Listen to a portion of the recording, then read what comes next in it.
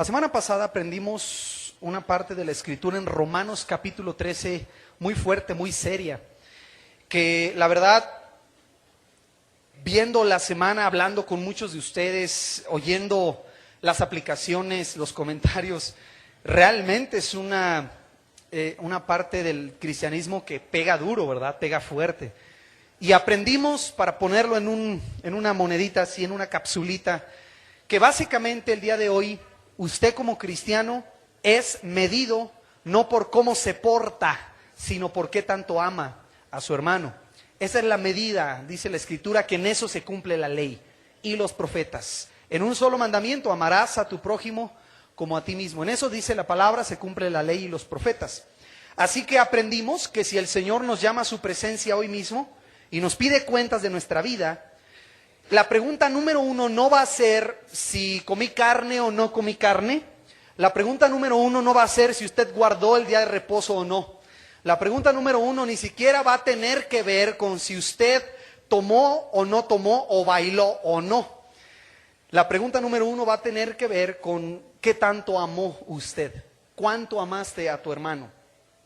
Y al haber aprendido eso, le repito, son áreas que definitivamente no importa cuánto tiempo tengamos de cristianos, necesitamos seguirlas trabajando. Y el versículo que sigue en tu Biblia, yo quiero que tú y yo lo veamos, por favor, en Romanos capítulo 13, si es usted tan amable. Abra su Biblia en Romanos capítulo 13, del versículo 10 que estudiamos la semana pasada, el 11 y los siguientes versículos.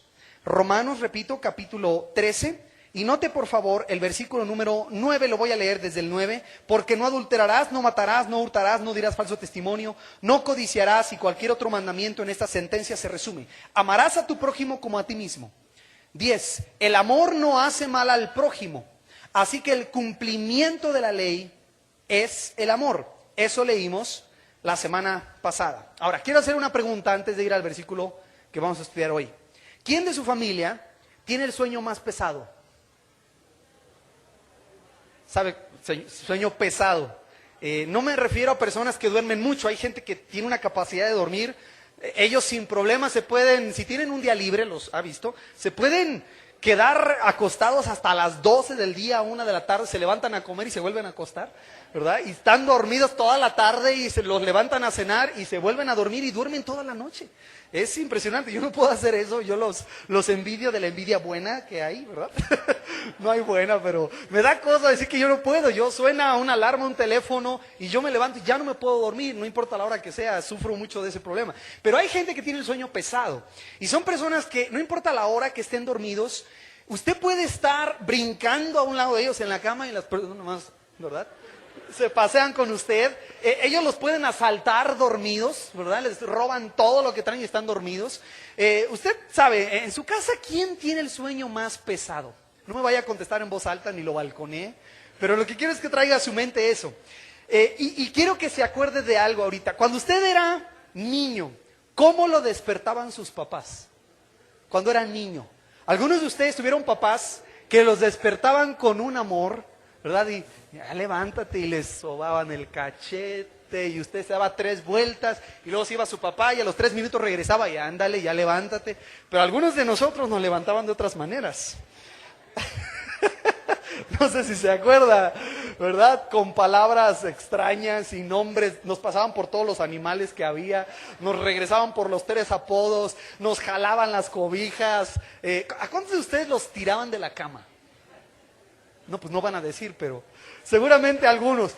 Ahora, la manera de levantarnos de nuestros padres a nosotros cambiaba. Cuando somos niños nos levantan de una manera, pero ¿cómo te despertaban cuando eras adolescente? Y tenías que irte a la secundaria, o en los últimos años de primaria, 5º y 6º. Normalmente esas eran las despertadas más violentas, ¿verdad? Cuando a veces hasta agua había de por medio y te echaban agua ahí. Hay una persona en Estados Unidos, en el estado de Indiana, creo que es, según los registros, la persona que tiene el sueño más pesado. Y dice su esposa que cuando el señor está dormido, ella literalmente le echa agua, le moja la cara y no se despierta.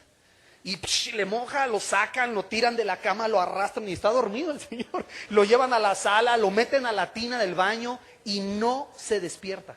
no se despierta. Hay un problema, un síndrome que se llama el síndrome del sueño repentino, y es gente que está y de repente se quedan dormidos como si nada. No sé qué piensa usted del sueño, pero hay algo interesante. La Biblia nos enseña que el sueño que todos nosotros experimentamos, y que es algo que por más que se ha estudiado en el último siglo, no se ha llegado a entender completamente cómo funciona. Han clasificado las fases del sueño, las etapas. Alguna gente se ha metido a estudiar los sueños que experimentamos durante este lapso, pero indudablemente este asunto que tenemos todos, que disfrutamos todos, tiene sus paralelos espirituales. Y es lo que vamos a estudiar en Romanos 13, su versículo número 11. Es el que quiero que usted y yo veamos hoy. Romanos 13:11. ¿Ya lo tiene? Fíjese lo que dice su Biblia. Y esto, note que sigue hablando Pablo, está en la misma línea. No permita que el punto que tiene ahí en el versículo número 10 al final le interrumpa la línea de pensamiento. Así que mire, déjeme regresarme al 10 para llevar la línea. Y el amor no hace mal al prójimo, así que el cumplimiento de la ley es el amor. Y esto, conociendo el tiempo, que ya es hora de levantarnos del sueño, porque ahora está más cerca de nosotros nuestra salvación que cuando creímos. Ahora, este versículo, hermano, es bien interesante, porque este versículo contiene varios elementos que usted y yo podemos aplicar a nuestra vida de una manera muy práctica. Y note que la primera cosa que Pablo dice, cuando viene hablando del amor, viene hablando y diciendo que, oye, tú te tienes que concentrar en amar a otros. Tú no te preocupes por si comes carne o no comes carne en Semana Santa, por si caminaste más de lo que permitía la ley, si te tienes que lavar las manos 7 veces, no te preocupes. Que tengo que llevar corbata a la iglesia, no te preocupes por eso. Es más, oficialmente se lo digo como pastor, no se preocupe por su corte de pelo si usted ama a su hermano. Amén. Ahora, si usted ama a su hermano, eso incluye a su papá. Y jovencito, si tu papá te prohíbe cortarte el pelo así, por amor a él, no te lo vas a cortar así. ¿Estamos claros? Los aretes y todas esas cosas raras, no es el problema. El asunto es concéntrate en cumplir toda la ley. ¿Cómo se cumple? Amando al Señor y amando a nuestro prójimo como a nosotros mismos. Y entonces Pablo dice, y esto conociendo el tiempo. Entonces es interesante lo que Pablo explica aquí, porque él está diciendo, hermano, que esta orden de amar a otros tiene una urgencia especial hoy. Entonces lo primero que tiene que hacer el cristiano, según el versículo número 11 en su Biblia, es conocer el tiempo. Ahora, si usted, hermano, le gusta tomar notas de los estudios, hay una palabra que quiero que anote. No lo voy a aburrir con asuntos de griego, pero sí hay una palabra que quiero que usted note. Anote la palabra Kairos, con K, como la capital de Egipto, Cairo, pero con K, Kairos. Esta palabrita es la que se traduce aquí como tiempo, pero hay otra palabra en el griego para hablar de tiempo, y esa usted la conoce más fácil, es la palabra cronos. De ahí viene cronómetro, cronometría, cronografía, de un registro del tiempo, y la palabra cronos tiene más que ver con el paso de los minutos. Entonces cuando hablamos, ¿cuánto tiempo dura la función? ¿Cuánto tiempo llevas esperando? Estamos hablando de cronos, que es sucesión de minutos. Usted vea su segundero y eso que va pasando ahí es el cronos. Pero cuando Pablo habla aquí y dice esto conociendo el tiempo, él usa otra palabra. Es correctamente traducida tiempo, pero es otra palabra completamente diferente. Esta palabra es la palabra kairos. Y la palabra kairos tiene más que ver con la idea de una temporada, de una época, y habla de una sucesión de tiempo más que de sucesión de eventos, que es como mucha gente define el tiempo. Pero algo interesante en la palabra kairos, que se traduce tiempo en la Biblia, es que lleva la idea de una oportunidad. Es decir, esa palabra nosotros la usamos hoy y se traduce en la Biblia también como oportunidad. La oportunidad. Entonces usted podría leer cuando a veces la palabra que se usa es kairos y el contexto lo permite. Déjeme intentarlo con el verso 11. Y esto conociendo la oportunidad. Y esto, diría el verso 11, conociendo la época, conociendo la sazón, ¿verdad? Es una idea, entonces una palabra que tiene que ver con oportunidad. Le voy a dar unos cuantos versículos para ilustrarle cómo el uso de la palabra kairos, si la entendemos como oportunidad, cambia las cosas. ¿Usted se sabe el Salmo 34? Búsquelo por favor en su Biblia. Salmo 34, poniendo un separador, como ya lo sabe, allí en su libro de Romanos capítulo 13. Busque conmigo el Salmo número 34, por favor. Salmo 34, 1. Y quiero que lea usted la palabra kairos, donde dice tiempo. No se preocupe, usted no tiene que aprender griego, ¿ok? Es nada más para explicarle que la palabra tiempo no se traduce nada más como minuto 1, minuto 2, minuto 3. La palabra tiempo no siempre es hora, sino también es oportunidad, ¿ok? Entonces, el Salmo 34 dice, bendeciré a Jehová, ¿cuándo? En todo tiempo, su alabanza estará de continuo en mi boca. Esa palabra es kairos. Entonces, ¿cómo quedaría? Bendeciré a Jehová en toda oportunidad, en cualquier época. Entonces cambia la idea, porque estamos hablando ya de que si yo veo una oportunidad, la tomo y alabo al Señor. Esa es la idea de kairos. Es una idea, una palabra que tiene que ver con la época. Por ejemplo, ¿quién se sabe de ustedes el Salmo 1? Bienaventurado el varón, anduvo en consejo de malos y en sillas carnóceres se ha sentado, sino que en la ley de Jehová está su delicia, ¿verdad? Medita en ella de día y de noche. Y luego dice, será como árbol plantado junto a corrientes de aguas, que da su fruto a su kairos, en su época. ¿Se acuerda de Jesús cuando fue a la higuera y busca higos y no había? ¿Por qué? Porque no era la época. Y Jesús aplica una parábola y dice, ya van 3 años que vengo a buscar fruto en esta higuera en verano, cuando es la época, el kairos, la oportunidad, y no hay. Entonces, este asunto del kairos tiene que ver con la oportunidad. Otra vez, no lo quiero aburrir, nada más quiero que usted capte la idea de esto. La palabra oportuno, oportunidad, viene del latín y es una palabra que tiene que ver con el puerto.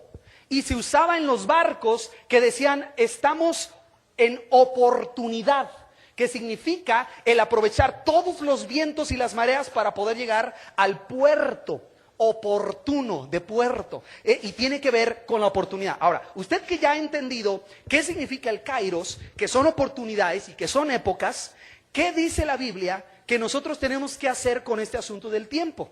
Romanos 13 dice que tú tienes que conocer el tiempo, para empezar. Entonces, hermano, ¿qué día es hoy? Yo soy bien despistado. ¿Qué día es hoy? ¿17 de febrero? Del 2008, yo la semana pasada estaba todavía en el 2007, ¿verdad? Pero es conocer el tiempo, es la primera cosa que Pablo dice, y esto conociendo el tiempo.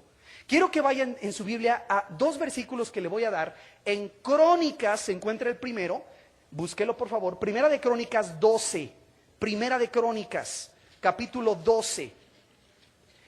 Esto que vamos a leer aquí tiene tantas aplicaciones que me cuesta trabajo escoger alguna que sea más importante que otra, pero quiero que observe Primera de Crónicas 12. En Primera de Crónicas 12 usted tiene la lista de la gente de la que se rodeó David. David, el rey de Israel, se rodea de gente adecuada, indicada para ayudarle a hacer su trabajo como rey. Y viene la lista de sus valientes, viene la lista de los que le ayudan en la guerra, pero observe quién está en esa lista en el versículo número 32. Segunda de Crónicas, discúlpeme, Primera de Crónicas, correcto, versículo 12, capítulo 12, verso 32. Repito, Primera de Crónicas 12, 32. Fíjese la gente que David tenía cerca de él. Dice así, de los hijos de Isaacar, 200 principales, ¿qué eran, hermano? ¿Cómo eran? Entendidos en los tiempos y que sabían lo que Israel debía hacer, cuyo dicho seguían todos sus hermanos. Es decir, cuando la Biblia dice que hay que ser entendido en los tiempos, está hablando que el cristiano tiene la obligación de entender los días, la época en la que estamos nosotros viviendo. Cuando un cristiano no entiende la época en que está viviendo, su vida espiritual va a sufrir. Déjeme explicarle de otra manera qué es no entender la época. Si usted, o el tiempo, el no ser entendido en los tiempos. Si usted está casado y tiene a su esposa embarazada, y está su esposa entre el 7º y el 9º mes. En esa época, en ese periodo de tiempo, sin saber